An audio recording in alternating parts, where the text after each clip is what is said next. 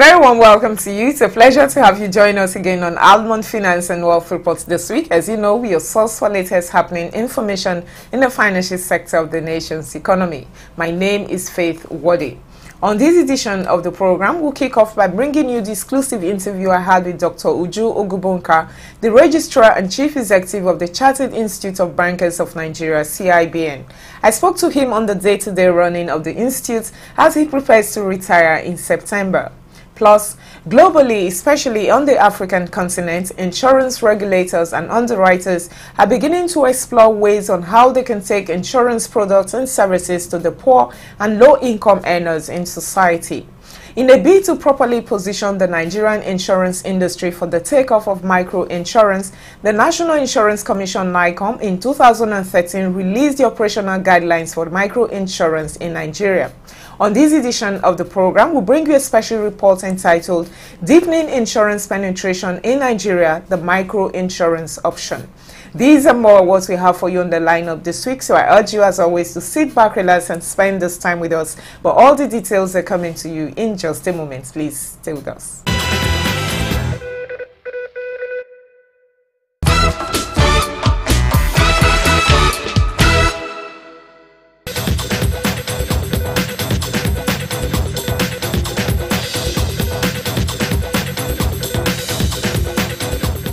All right, welcome back. On the set of Almond today, we'll be speaking briefly with the Chief Executive Officer of the Chartered Institute of Bankers of Nigeria, CIBN, Dr. Uju Ogubonka. I'm often tempted to call him a professor because he's very knowledgeable about almost everything. Good morning, sir. It's a pleasure to have you. Good morning, and you're welcome to our Bankers House. Thank you, sir. So I'm going to kick off by asking you, what is it like running the CIBN as the Chief Executive Officer? Challenging. I think that's one single word. Challenging and then interesting. Because you're dealing with so many things at the same time, dealing with so many people at the same time at various levels across board. So, on one hand, it's a challenging job. In another hand, it's also an interesting job. So, that's the way it is. Because what you do today is not what you do tomorrow. The issues that come up today are not the same issues tomorrow. Even though you are dealing with, so many people from various angles. As you may know, the Institute is just about educating and training people. But capacity building goes beyond just educating and training. There are so many other things we do in the Institute. We do advocacy for industry, for instance. We do research. We do consultancy, and so on and so forth. So all these things put together, you see how challenging it can be.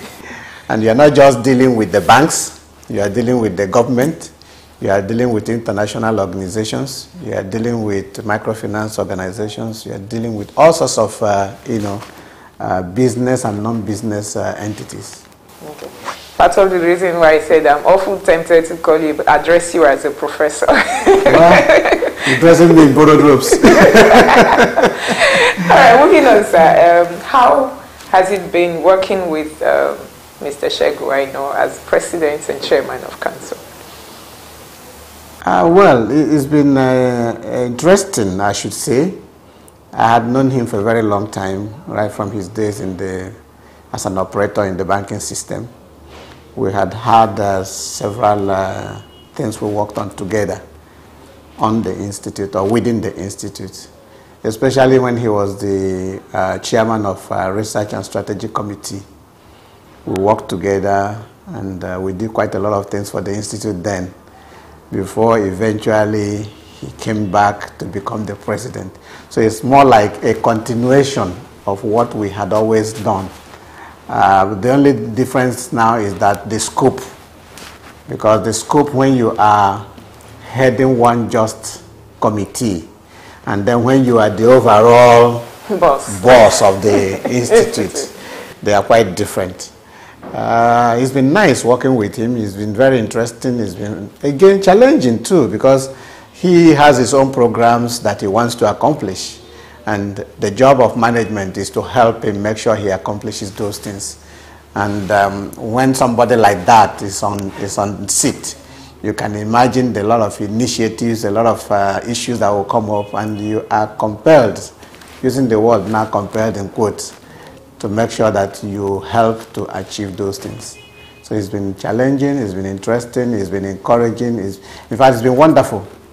I think that's the way to express it. Okay, so I just want to like a follow-up to that question. How are you able to manage working with different presidents that come in to the Institute? How are you able to balance that? You work with this president, after their tenure you move, another person comes in, you fit into that person's style of leadership and management. How are you able to combine it's a simple thing for me, because you interact with people at various levels and at various times. More so when within the Institute we have, you don't just come from nowhere and become president of the Institute. You must have been grilled within the tunnel, and then you emerge to become president. So within that process, people should be able to understand you, know what you like, what you don't like, your aspirations, what you think you want to deliver. And once you're able to decode all those things, it's very easy to work with anybody. It doesn't matter where the person is coming from, because the aim and objective is to satisfy what that person has brought forward onto the table to deliver. So, and you don't have problem when you are helping somebody to meet his objectives. But those objectives also have to be dovetailed into the objectives of the Institute for them to make sense. And that's why if a president is coming, he must have understood the background of the Institute, the customs of the Institute, the mandate of the Institute, the aspirations of the Institute, and so on and so forth. So it is not coming here to pursue his own personal agenda. And since management is here to make sure the objectives of the Institute are realized, you work in tandem with that, so you don't have any problems. Yeah. Okay, finally, sir, what are your projections for the Institute in the next 10 years? Well, the Institute is 50 years plus now, so it's an adult. What we expect every adult to do is to move forward and become maybe a grandfather, a grandmother, and so on, raise so many people.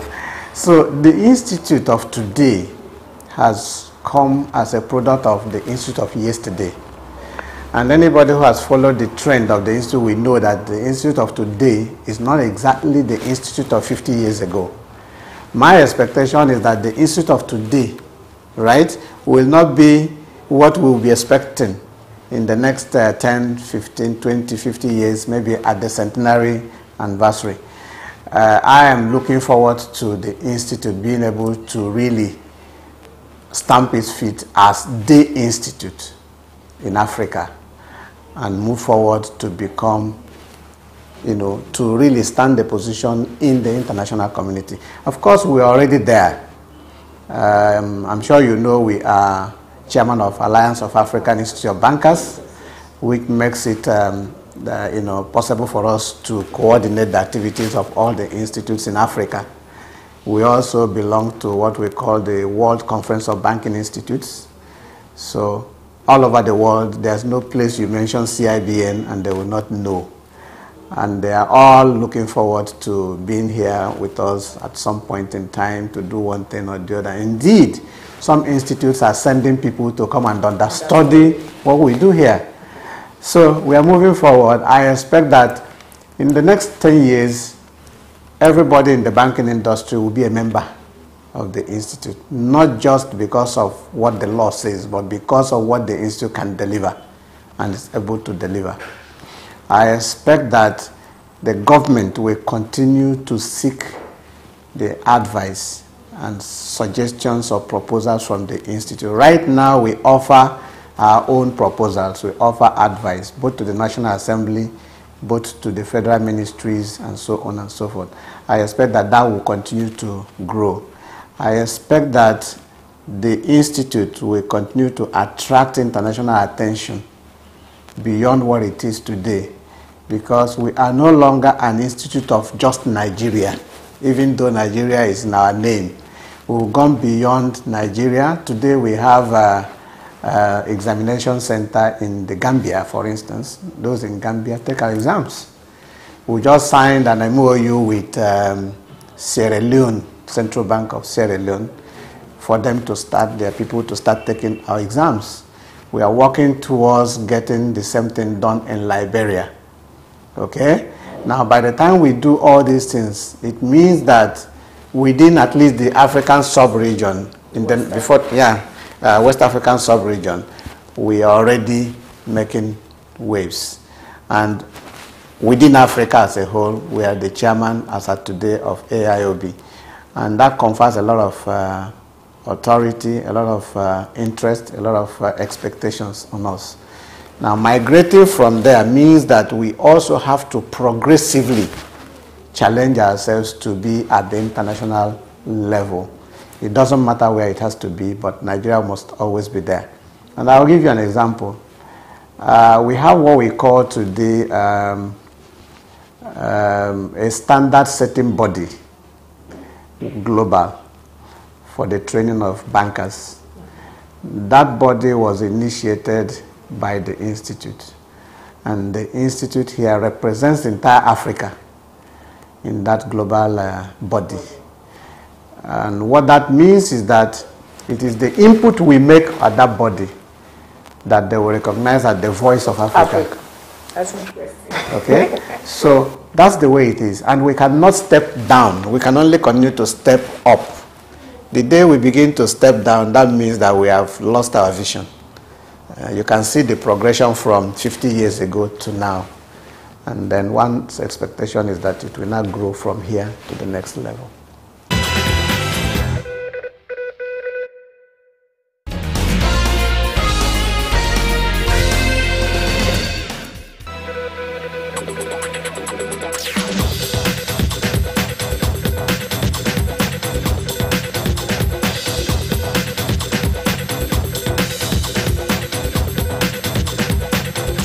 The insurance industry contributes less than 1% to the nation's GDP. This is abysmally low given the size of our population. In a bid to deepen insurance penetration, especially on the African continent, underwriters and regulators are shifting focus to microinsurance. What is microinsurance? Microinsurance refers to insurance designed to protect underserved low-income people against specific perils in exchange for low premiums. The emphasis on low-income people stresses that premiums should be low yet proportionate to the likelihood and cost of the risk involved. Reaching the underserved means servicing low-income people through delivery channels that are typically compared to the traditional distribution of top-down social or commercial insurance schemes. The poor or low-income people are the focus of microinsurance. Poor people live and work in risky environments. As such, they are vulnerable to illness, accidental death and disability, loss of property due to theft or fire, agricultural losses, natural and man-made disasters. Not only can exposure to these risks result in financial losses, vulnerable households suffer more when a loss occurs. Microinsurance can help reduce the vulnerability that poor households face and, as a consequence, enable the poor to improve their lives.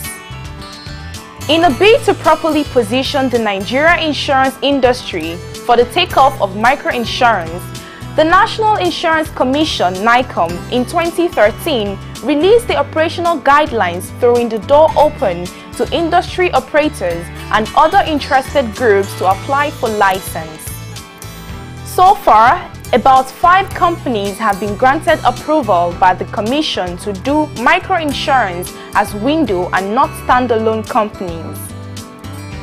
This window approval by NICOM is due to the fact that microinsurance is different from conventional insurance because the insured are usually people who live below the poverty line in society.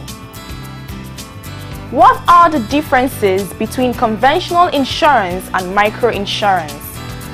Conventional insurance. Targeted generally are wealthy, middle-class or corporate organizations. Microinsurance. Targeted are the poor and low-income people. Corporate clients and individuals are familiar with the workings of insurance. Market is often unfamiliar with insurance and requires specific efforts in explaining the value of insurance. Consumer education. Premium is collected in cash or mostly from deductions in bank accounts. Collection modes often respond to market irregular cash flows, and premium payments can be frequent but partial. Large sums insured. Small sums insured. Complex policy documents. Simple, easy to understand policy documents. Market data available and consequently accurate actuarial expertise. Little or unavailable market data. Claims process may be difficult. Claims process is simplified yet controlling for frauds. There is no doubt that opportunities abound for microinsurance in Nigeria, but operators say challenges also abound. The level of understanding of insurance is quite known to very few people in Nigeria. That's of course what is telling us is that more and more people, the opportunity is that there is more room to cultivate clientele base in the Nigerian market. Another opportunity is the fact that there are incidences and occurrences all around us. Population of Nigeria is largely rural, and a very huge proportion of the population are low income. Challenges are in threefold, or essentially I will talk about two, which is from the demand side and also from the supply side.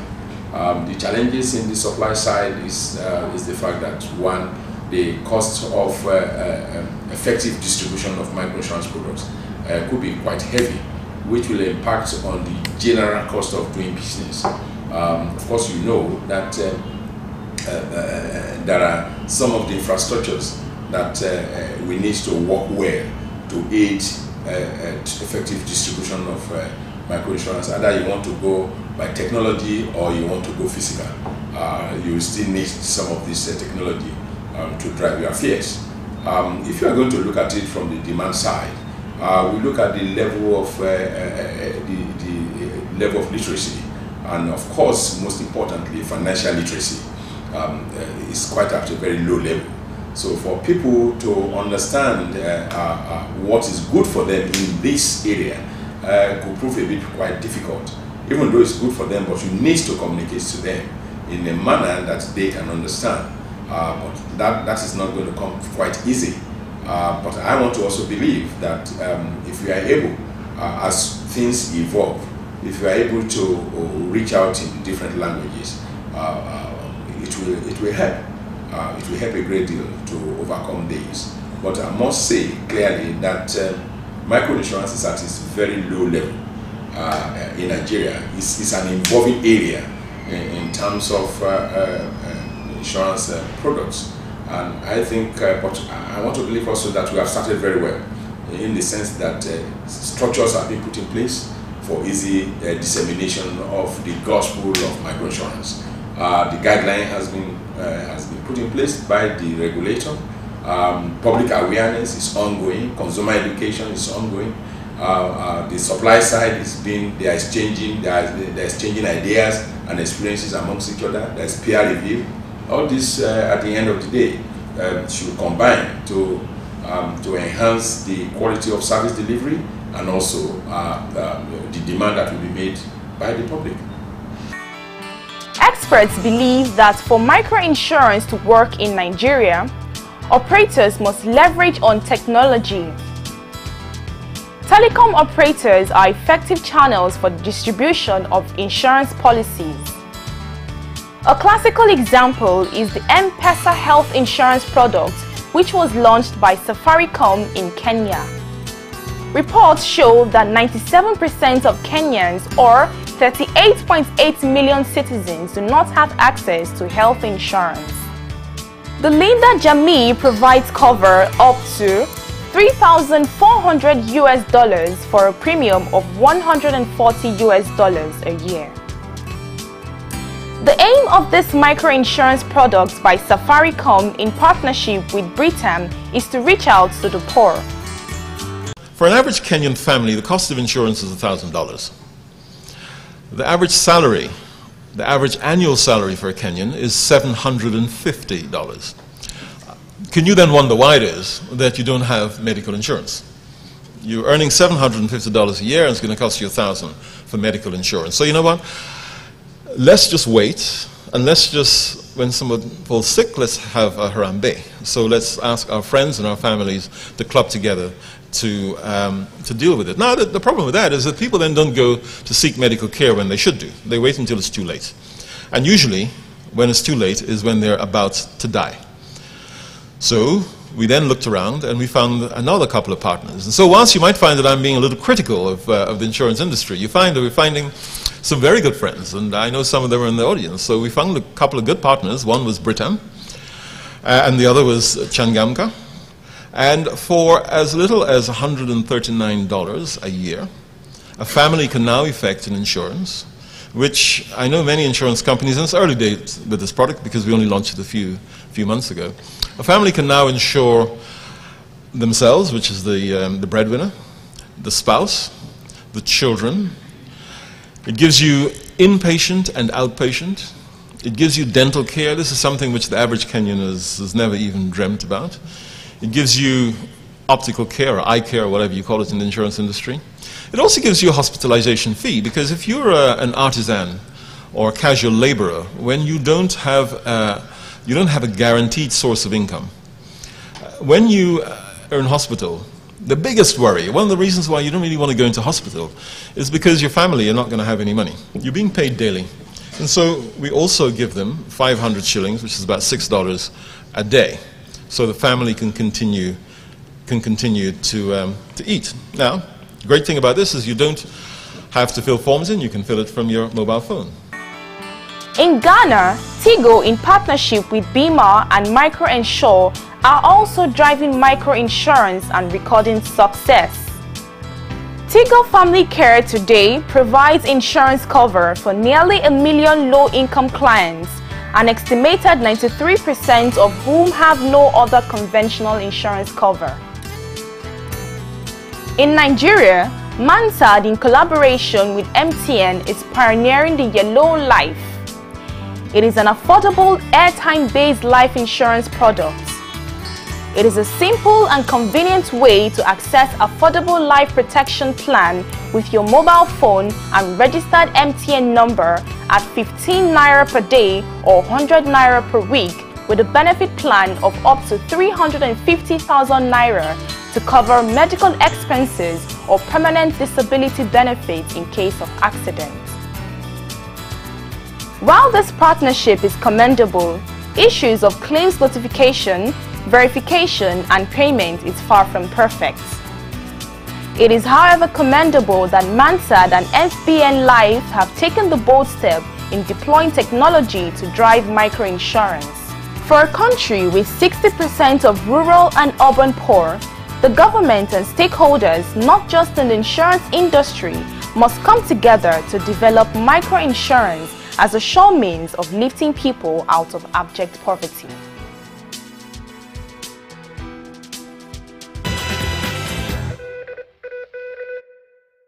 All right, that's the time on this edition of the program. I thank you so much for being a part of it. Like I always say here, for comments, questions, observations, do feel free to get in touch with us on 017763981 or 08033357879, or better still, send us an email, almond4xx@yahoo.com or almondproduction@gmail.com.